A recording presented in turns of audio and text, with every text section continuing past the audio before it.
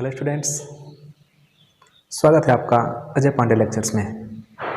तो जैसा कि हम लोग पढ़ रहे हैं क्लास 10th में साइंस, और साइंस में हम लोग पढ़ रहे हैं केमिस्ट्री। और केमिस्ट्री का हम लोगों ने पहला लेसन स्टार्ट किया है जिसका नाम है रासायनिक अभिक्रियाएं एवं समीकरण। तो ये चैप्टर हमारा पहला है और हमने इसको शुरू किया है। और इस चैप्टर में बेसिकली रासायनिक अभिक्रियाओं के बारे में है। तो हम लोग रासायनिक अभिक्रियाओं के प्रकार पढ़ रहे हैं। पिछले वीडियो में हम लोगों ने ऊष्माक्षेपी तथा ऊष्माशोषी अभिक्रियाओं को पढ़ा, और यहाँ इस वीडियो में हम लोग पढ़ने वाले हैं ऑक्सीकरण तथा अपचयन अभिक्रिया। और आज इस वीडियो में हम लोग रासायनिक अभिक्रियाओं के प्रकार को तो खत्म कर ही लेंगे। तो आज हम इस वीडियो में पढ़ेंगे ऑक्सीकरण एवं अपचयन अभिक्रियाएं। तो आइए इस टॉपिक को शुरू करते हैं। तो हमारा टॉपिक है ऑक्सीकरण एवं अपचयन अभिक्रियाएं। तो यहाँ पर दो अभिक्रियाओं की हम बात करेंगे।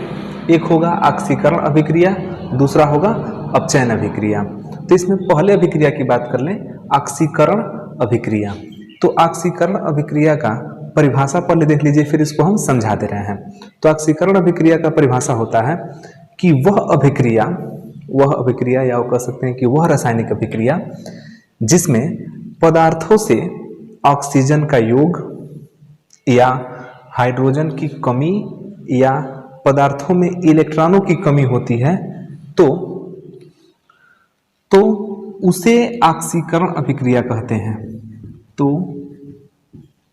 उसे ऑक्सीकरण अभिक्रिया कहते हैं। तो यहाँ पर तीन कंडीशन दिया जा रहा है कि वह अभिक्रिया जिसमें या तो ऑक्सीजन ऐड हो रहा हो, ऑक्सीजन जुड़ रहा हो, तब भी उसको हम ऑक्सीकरण अभिक्रिया कहेंगे, या हाइड्रोजन की कमी हो रही हो, मतलब हाइड्रोजन वहाँ से निकल रहा हो, तब भी उसको ऑक्सीकरण अभिक्रिया कहेंगे, या उसमें से किसी तत्व में से इलेक्ट्रॉन की कमी हो रही हो, तब भी उसको क्या कहेंगे, ऑक्सीकरण अभिक्रिया कहेंगे। तो यदि इन तीनों कंडीशन में से कोई भी एक होता है तो उसको हम कहेंगे कि वहाँ पर क्या हो रही है, ऑक्सीकरण अभिक्रिया हो रही है। एक बार पुनः देखिए इसको, कि वह अभिक्रिया जिसमें पदार्थों से ऑक्सीजन का योग, मतलब कि ऑक्सीजन ऐड होता हो, या हाइड्रोजन की कमी, या वहाँ से हाइड्रोजन बाहर निकलता हो, या इलेक्ट्रॉनों की कमी होती है, तो उसे ऑक्सीकरण अभिक्रिया कहते हैं। मतलब कि तीनों कंडीशन में से कोई भी एक अगर फॉलो होता है तो हम कहेंगे कि वहाँ पर कौन सा अभिक्रिया हो रहा है, ऑक्सीकरण अभिक्रिया हो रहा है। कौन कौन कंडीशन है कि यदि किसी रासायनिक अभिक्रिया में या तो ऑक्सीजन जुड़े, नहीं तो हाइड्रोजन बाहर निकले, नहीं तो इलेक्ट्रॉन बाहर निकले, तो इन तीनों कंडीशन में कोई एक भी हो रहा हो, या तीनों हो रहा हो, या दोनों कंडीशन फॉलो हो रहा हो, तो उसको हम कहेंगे कि वहाँ पर ऑक्सीकरण अभिक्रिया हो रही है। और जिस पदार्थ में से, ध्यान से समझना है, जिस पदार्थ में से इलेक्ट्रॉन की कमी होती है उसको हम कहते हैं अपचायक पदार्थ। थोड़ा सा उल्टा यहाँ पर देखने में लग रहा है कि ऑक्सीकरण तो अभिक्रिया तो आपका ऑक्सीकरण अभिक्रिया है, लेकिन जिस पदार्थ में से इलेक्ट्रॉन बाहर निकलता है उसको हम क्या बोलते हैं, अपचायक पदार्थ बोलते हैं। मतलब यह कह सकते हैं कि जिस पदार्थ का ऑक्सीकरण होता है उसको हम बोलते हैं अपचायक पदार्थ। यहाँ पर एक हम उदाहरण बता रहे हैं, जैसे C+O2 डायरेक्टली होता है CO2, C+O2 CO2। इसको हम कह सकते हैं कि यह योगात्मक अभिक्रिया के अंतर्गत इसको हम पढ़े थे, लेकिन योगात्मक अभिक्रिया के अलावा यह ऑक्सीकरण अभिक्रिया भी है। इसके अलावा एक और उदाहरण हम बता दे रहे हैं, 2Cu+O2, यहाँ पर डायरेक्टली 2CuO। तो इसको भी हम कहेंगे कि यहाँ पर ऑक्सीजन से सीधा क्या हो रहा है, जुड़ रहा है, तो इस अभिक्रिया को कहेंगे कि यह ऑक्सीकरण अभिक्रिया है। इसके अलावा मान लीजिए कहीं पर अगर हाइड्रोजन निकल रहा है तो उसको हम क्या कहेंगे, उसको भी कहेंगे कि वह ऑक्सीकरण अभिक्रिया है। जैसे कोई आप एग्जाम्पल ले लीजिए, जैसे Cu+H2SO4। तो Cu+H2SO4 में जब देखेंगे तो Cu क्या करता है कि इस H2 को रिप्लेस कर देता है और ये बनाता है CuSO4, और यहाँ से हाइड्रोजन बाहर हो जाता है। तो यहाँ से हाइड्रोजन निकल रहा है, तो यह भी जो अभिक्रिया है इसको भी हम कहेंगे कि यह कौन सा अभिक्रिया है, ऑक्सीकरण अभिक्रिया है, क्योंकि कंडीशन तो आपका फॉलो हो रहा है।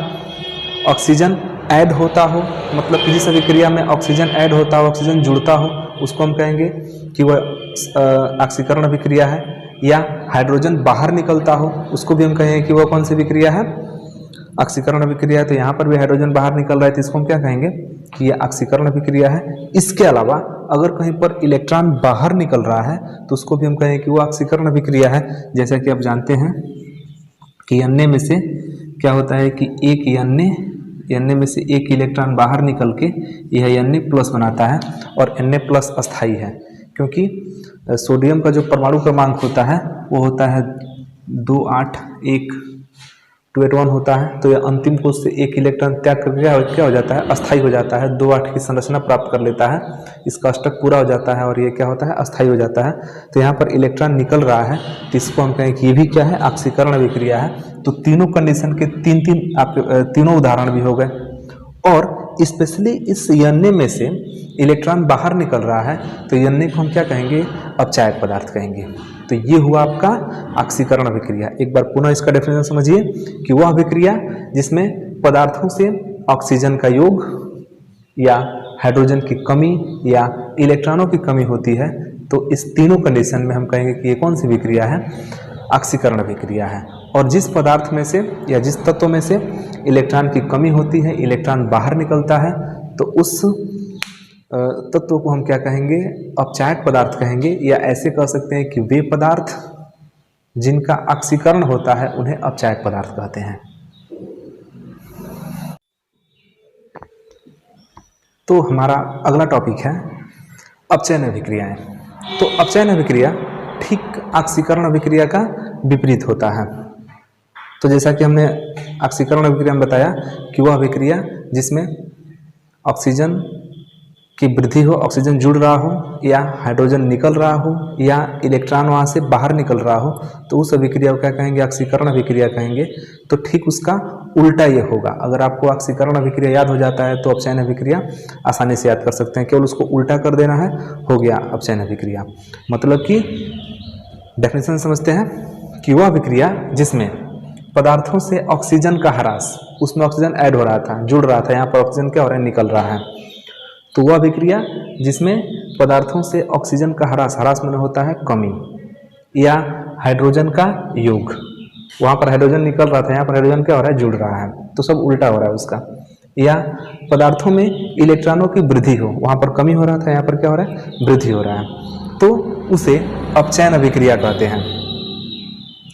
डेफिनेशन एक बार पुनः देखिए कि वह अभिक्रिया जिसमें पदार्थों से ऑक्सीजन का ह्रास या हाइड्रोजन का योग या पदार्थों में इलेक्ट्रॉनों की वृद्धि होती है, तो उसे अपचयन अभिक्रिया कहते हैं। और जिस पदार्थ का अपचयन होता है उसको ऑक्सीकारक पदार्थ कहते हैं। जिस पदार्थ का अपचयन होता है उसको ऑक्सीकारक पदार्थ कहते हैं। और पिछले डेफिनेशन में हमने बताया था कि जिस पदार्थ का ऑक्सीकरण होता है उसको हम अपचायक पदार्थ कहते हैं, और जिस पदार्थ का अपचयन होता है उसको ऑक्सीकारक पदार्थ कहते हैं। तो यहाँ पर जिस पदार्थ का अपचयन होगा उसको हम क्या कहेंगे, ऑक्सीकारक पदार्थ कहेंगे। तो डेफिनेशन के हिसाब से हम एग्जाम्पल समझा दें कि यहाँ देखिए पहला कंडीशन इसमें क्या दे रहा है कि ऑक्सीजन का ह्रास हो, ऑक्सीजन क्या हो, यहाँ से बाहर निकले। तो CuO+H2 कॉपर ऑक्साइड की अभिक्रिया जब हाइड्रोजन से कराते हैं तो यहाँ से ऑक्सीजन क्या होता है, बाहर निकल जाता है। यह H2 क्या करता है कि इस ऑक्सीजन को बाहर निकाल देता है और H2O होके ये बाहर निकल जाता है, और ये कॉपर सॉलिड स्टेट में, ठोस अवस्था में शेष बचता है। तो यहाँ पर ऑक्सीजन क्या हो रहा है, बाहर निकल रहा है, तो पहले कंडीशन को फॉलो कर रहा है, तो हम कहेंगे कि यह कौन सी अभिक्रिया है, अपचयन अभिक्रिया है। दूसरा कह रहा है कि हाइड्रोजन का योग होना चाहिए, मतलब हाइड्रोजन उसमें क्या होना चाहिए, बढ़ना चाहिए, जुड़ना चाहिए। तो यहाँ देखिए 2FeCl3+H2S, जब इसकी इन दोनों की अभिक्रिया होती है तो यहाँ से देखिए हाइड्रोजन इसमें आके जुड़ रहा है, हाइड्रोजन यहाँ पर आके क्या हो रहा है, जुड़ रहा है। किसके साथ जुड़ रहा है, तो क्लोरीन के साथ जुड़ रहा है। तो यहाँ पर FeCl3 3 क्लोरीन था और 3 दूना यहाँ पर 6 क्लोरीन था। तो 6 क्लोरीन में 2 हाइड्रोजन 2 क्लोरीन के साथ आके जुड़ जाता है और बना रहा है क्या, 2HCl। तो यहाँ पर हाइड्रोजन ऐड हो रहा है, जुड़ रहा है, तो यह अभिक्रिया भी कौन सा अभिक्रिया होगा? अपचयन अभिक्रिया होगा। और तीसरा कंडीशन कह रहा है कि इलेक्ट्रॉनों की वृद्धि होती हो, तो यहाँ पर देखिए क्लोरीन का जो परमाणु क्रमांक होता है वो 17 होता है, और अगर इलेक्ट्रॉनिक विन्यास की बात करें तो 2, 8, 7 होता है। तो यह एक इलेक्ट्रॉन ले करके और अस्थाई होता है, एक इलेक्ट्रॉन इसमें ऐड हो जाता है और ये अस्थाई हो जाता है, 2, 8, 8 हो जाता है। तो इस पे इसके ऊपर क्या आता है? एक माइनस आ जाता है। तो यह क्लोरीन एक इलेक्ट्रॉन लेकर ग्रहण करके अस्थाई होता है, मतलब इसके इलेक्ट्रॉनों की संख्या में वृद्धि हो जाती है, तो इसको हम कहते हैं कि यह कौन सा अभिक्रिया हो रहा है? अपचयन अभिक्रिया हो रहा है। और क्लोरीन में चूंकि एक इलेक्ट्रॉन बढ़ रहा है, तो इसको हम कहेंगे कि ये इसी का अपचयन हो रहा है, मतलब इसको हम ऑक्सीकारक पदार्थ कहेंगे। क्लोरीन हमारा क्या है? ऑक्सीकारक पदार्थ है, और यह अभिक्रिया क्या है? अपचयन अभिक्रिया है। तो एक बार पुनः बता दें हम कि अपचयन अभिक्रिया वो अभिक्रिया है जिसमें आप सीधे समझ लीजिए कि ऑक्सीकरण अभिक्रिया के विपरीत अभिक्रिया को अपचयन अभिक्रिया कहते हैं। ऑक्सीकरण अभिक्रिया के विपरीत अभिक्रिया को अपचयन अभिक्रिया कहते हैं। तो जो कंडीशन ऑक्सीकरण अभिक्रिया में हो रहा था, अपचयन में ठीक उसका क्या होगा? उल्टा होगा। वहाँ पर हाइड्रोजन घट रहा था, यहाँ हाइड्रोजन बढ़ रहा है। वहाँ ऑक्सीजन घट रहा था, वहाँ ऑक्सीजन बढ़ रहा था, यहाँ पर ऑक्सीजन क्या हो रहा है? घट रहा है। वहाँ पर इलेक्ट्रॉन घट रहा था, यहाँ पर इलेक्ट्रॉन क्या हो रहा है? बढ़ रहा है। तो सारा चीज़ ठीक उसका क्या हो रहा है? उल्टा हो रहा है। तो ये हमारा हुआ अपचयन अभिक्रिया। आप इसका स्क्रीनशॉट ले लीजिए। इसके अलावा हम लोग अगर कुछ अन्य अभिक्रियाओं पर बात कर लें, तो इसके अलावा मंद अभिक्रियाएं भी होती हैं, कुछ तीव्र अभिक्रियाएं भी होती हैं। तो मंद अभिक्रियाओं में क्या होता है कि वह अभिक्रिया जो बहुत ही कम समय में संपन्न हो जाती हैं, उनको हम कहेंगे कि वो मंद अभिक्रिया है। वह अभिक्रिया जो बहुत ही कम समय में संपन्न होती है उसको हम बोलते हैं तीव्र अभिक्रिया। फास्ट, बहुत ही फास्ट होता है, जैसे दूध का फटना। दूध को फटने में काफ़ी कम समय लगता है, तो इस अभिक्रिया को हम क्या कहेंगे कि यह तीव्र अभिक्रिया है। लेकिन कुछ अभिक्रिया ऐसी होती हैं, वे अभिक्रियाएं जिनके पूरा होने में या जिनको संपन्न होने में काफ़ी अधिक समय लगता है, उनको बोलते हैं मंद अभिक्रिया। वो धीरे धीरे होती हैं। तो धीरे धीरे संपन्न होने वाली अभिक्रियाओं को मंद अभिक्रिया बोलते हैं, और बहुत ही तीव्र गति से संपन्न होने वाली अभिक्रियाओं को तीव्र अभिक्रिया बोलते हैं। तो तीव्र अभिक्रिया में दूध का फटना हो गया, या पटाखे का फूटना हो गया, या गुब्बारा का फूटना तो अभिक्रिया में नहीं आएगा, लेकिन पटाखा फूटना अभिक्रिया में आएगा। इसके अलावा अगर हम मंद अभिक्रिया की बात करें जो धीरे धीरे संपन्न होता है, तो उसमें आप कहोगे जैसे चावल का पकना, चावल जो है काफ़ी धीरे धीरे पकता है, तो वो मंद अभिक्रिया है। या लोहे में जंग का पकड़ना, तो लोहे में जंग तुरंत 1 मिनट में नहीं पकड़ेगा, उसके लिए कुछ दिन समय लगता है। 24 घंटा, 48 घंटा, 72 घंटा, काफ़ी दिन समय लगता है, तो उसको हम बोलते हैं कि वो मंद अभिक्रिया है। तो कुल मिला के आप सीधे तरह समझ जाइए कि वह अभिक्रियाएं जो काफ़ी कम समय में संपन्न होती हैं उनको तीव्र अभिक्रिया बोलते हैं, तथा वे अभिक्रियाएं जो अधिक समय लेती हैं संपन्न होने में, तो उनको हम क्या बोलते हैं? मंद अभिक्रियाएं बोलते हैं। तो ये कुछ अभिक्रियाओं के प्रकार रहा।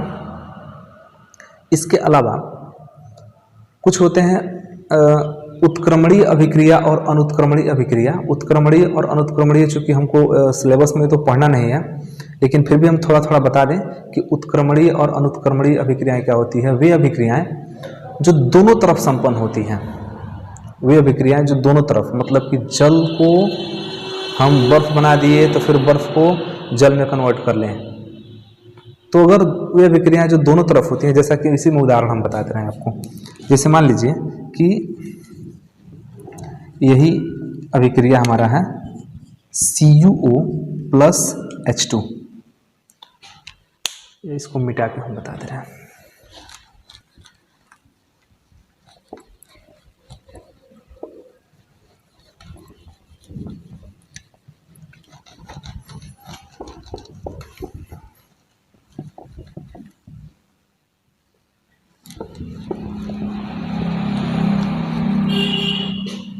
यह हम समझा दें। जैसे मान लीजिए कि एक हम अभिक्रिया लिख रहे हैं 2N2 N2 + 3H2 और ये होता है 2NH3। ये अमोनिया का निर्माण है। नाइट्रोजन और हाइड्रोजन को मिलाते हैं तो क्या बनता है? अमोनिया बनता है। तो नाइट्रोजन और हाइड्रोजन को मिलाएंगे तो अमोनिया बनता है। तो इसकी एक विशेषता भी है कि अगर नाइट्रोजन और हाइड्रोजन को मिलाते हैं तो अमोनिया प्राप्त हो जाता है, लेकिन जब इस अमोनिया को दो भाग में तोड़ते हैं तो ये दोनों भी प्राप्त हो जाता है। मतलब कि यहाँ से अगर यह हम प्राप्त कर ले रहे हैं तो इसको तोड़ करके पुनः यह प्राप्त किया जा सकता है। तो इसको बोलते हैं उत्क्रमणीय अभिक्रिया, जो दोनों तरफ होता है। इसको ऐसे दिखाते हैं, आधा तीर एक तरफ आधा तीर एक तरफ। तो इसको बोलेंगे कि उत्क्रमणीय अभिक्रिया है। अगर इन दोनों को मिला के यह बन रहा है और इससे पुनः हम अपने पूर्व अवस्था में वापस लौट आ पा रहे हैं तो इसको बोलते हैं कि यह उत्क्रमणीय अभिक्रिया है। और ये एक अच्छा उदाहरण है उत्क्रमणीय अभिक्रिया का। लेकिन यदि ऐसा नहीं हो रहा है, नहीं हो रहा है का मतलब क्या है, एक और हम रिएक्शन ले रहे हैं NaOH प्लस HCl।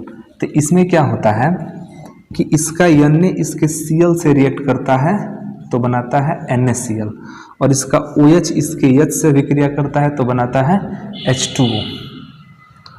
अब आप सोचें कि यह तो मिलाए तो यह प्राप्त हो गया, ठीक है, आगे की तरफ जा रहा है। लेकिन फिर सोचें कि क्या NaCl में जब H2O मिलाएंगे तो यह मिलेगा, तो यहाँ से यह प्राप्त नहीं हो सकता है।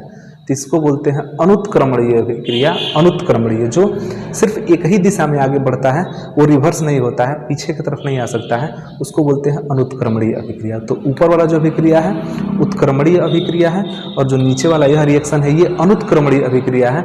तो वह अभिक्रिया जो दोनों तरफ होता है, फॉरवर्ड भी होता है और बैकवर्ड भी होता है, तो उसको बोलते हैं उत्क्रमणीय अभिक्रिया। और वह अभिक्रिया जो केवल फॉरवर्ड डायरेक्शन में होता है, अग्र दिशा में होता है, आगे की दिशा में होता है, पीछे दिशा में नहीं लौटता है, तो उसको बोलते हैं अनुत्क्रमणीय अभिक्रिया। तो ये कुछ रासायनिक अभिक्रियाओं के प्रकार रहा, और यहाँ पर हमारा रासायनिक अभिक्रियाओं का प्रकार समाप्त हो रहा है। तो ये टॉपिक, ये वीडियो आपको कैसा लगा आप हमें कमेंट बॉक्स में ज़रूर लिखिए, और फिर मिलते हैं अगले वीडियो में एक नए टॉपिक के साथ। वहाँ पर हम लोग क्या सीखेंगे, रासायनिक अभिक्रियाओं को संतुलित कैसे करते हैं, बैलेंस कैसे करते हैं। तो इस टॉपिक को हम लोग अगले वीडियो में पढ़ेंगे। और यदि आप हमारे चैनल पर नए हैं तो चैनल को सब्सक्राइब कीजिए, वीडियो अच्छा लगे तो उसे लाइक कीजिए और अपने दोस्तों के पास शेयर कीजिए। फिर मिलते हैं अगले वीडियो में। धन्यवाद।